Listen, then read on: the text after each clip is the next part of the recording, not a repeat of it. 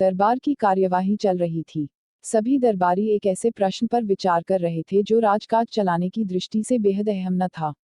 सभी एक एक कर अपनी राय दे रहे थे। बादशाह दरबार में बैठे यह महसूस कर रहे थे कि सबकी राय अलग है।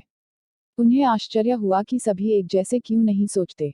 तब बादशाह अकबर ने बीरबल से पूछा, क्या तुम बता सकते हो कि लोगों की राय आपस में मिलती क्यों नहीं? सब अलग अलग क्यों सोचते हैं? हमेशा ऐसा नहीं होता, बादशाह सलामत। बीरबल बोला, कुछ समस्याएं ऐसी होती हैं जिन पर सभी के विचार समान होते हैं। इसके बाद कुछ और काम निपटाकर दरबार की कार्यवाही समाप्त हो गई। सभी अपने अपने घरों को लौट चले। उसी शाम जब बीरबल और बादशाह अकबर बाग में टहल रहे थे, तो बादशाह ने फिर वही राग छेड़ दिया और बीरबल से बहस करने लगे। तब बीरबल बाग के ही एक कोने की ओर उंगली से संकेत करता हुआ बोला, वहां उस पेड़ के निकट एक कुआं है। वहां चलिए, मैं कोशिश करता हूं कि आपको समझा सकूं कि जब कोई समस्या जनता से जुड़ी हो तो सभी एक जैसा ही सोचते हैं। मेरे कहने का मतलब यह है कि बहुत सी ऐसी बातें हैं जिनको लेकर लोगों के विचार एक जैसे होते हैं।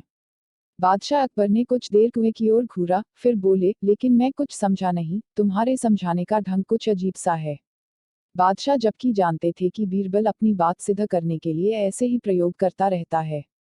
सब समझ जाएंगे हुजूर। बीरबल बोला, आप शाही फरमान जारी कराएं कि नगर के हर घर से एक लोटा दूध लाकर बाग में स्थित इस कुएं में डाला जाए।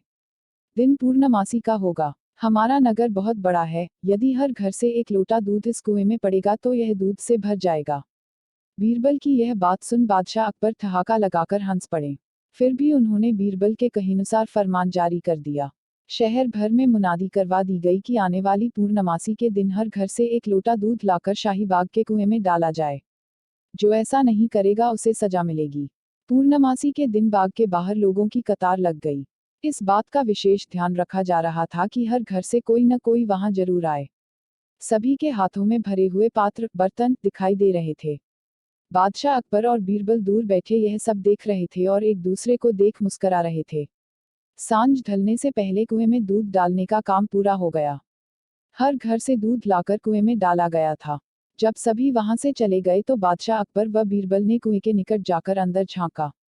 कुआं मुंडेर तक भरा हुआ था, लेकिन यह देख बादशाह अकबर को बेहद हैरानी हुई कि कुएं में दूध नहीं, पानी भरा हुआ था। दूध का तो कहीं नामो निशान तक न था। हैरानी भरी निगाहों से बादशाह अकबर ने बीरबल की ओर देखते हुए पूछा, ऐसा क्यों हुआ? शाही फरमान तो कुएं में दूध डालने का जारी हुआ था, यह पानी कहां से आया? लोगों ने दूध क्यों नहीं डाला? बीरबल एक जोरदार ठहाका लगाता हुआ बोला, यही तो मैं सिद्ध करना चाहता था हुजूर। मैंने कहा था आपसे कि बहुत सी ऐसी बातें होती हैं जिस पर लोग एक जैसा सोचते हैं, और यह भी एक ऐसा ही मौका था। लोग कीमती दूध बर्बाद करने को तैयार न थे। वे जानते थे कि कुएं में दूध डालना व्यर्थ है। इससे उन्हें कुछ मिलने वाला नहीं था। इसलिए यह सोचकर कि किसी को क्या पता चलेगा, सभी पानी से भरे बर्तन ले आए और कुएं में उड़ेल दिए। नतीजा, दूध के बजाय पानी से भर गया कुआं। बीरबल की यह चतुराई देख बादशाह अकबर ने उसकी पीठ थपथपाई। बीरबल ने सिद्ध कर दिखाया था कि कभी कभी लोग एक जैसा भी सोचते हैं।